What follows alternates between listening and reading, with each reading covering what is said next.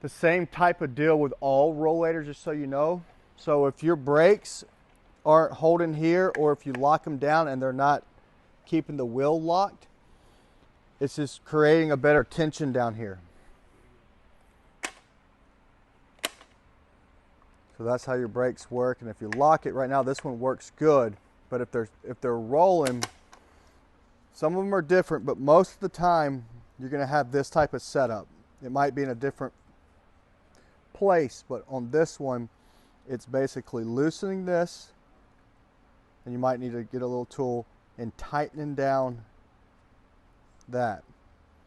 And you adjust this to where that's going to hold down once you lock the brakes. So it's very simple. This one's already tight. Adjust this and tighten this down to create more tension here.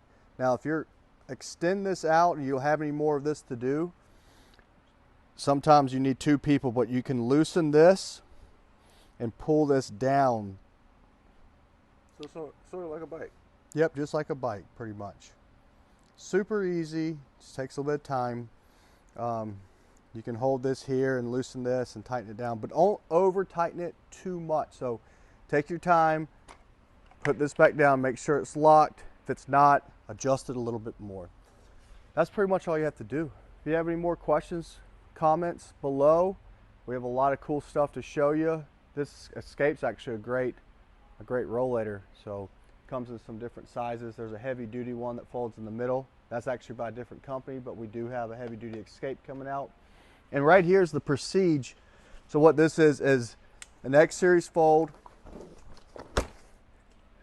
walker. Once this is pushed forward, these are adjustable up, can flip around, and then this is your leg rest. So if you want something a 2-in-1, that's what it is. Really nice product, very well made. Prestige transport / rollator.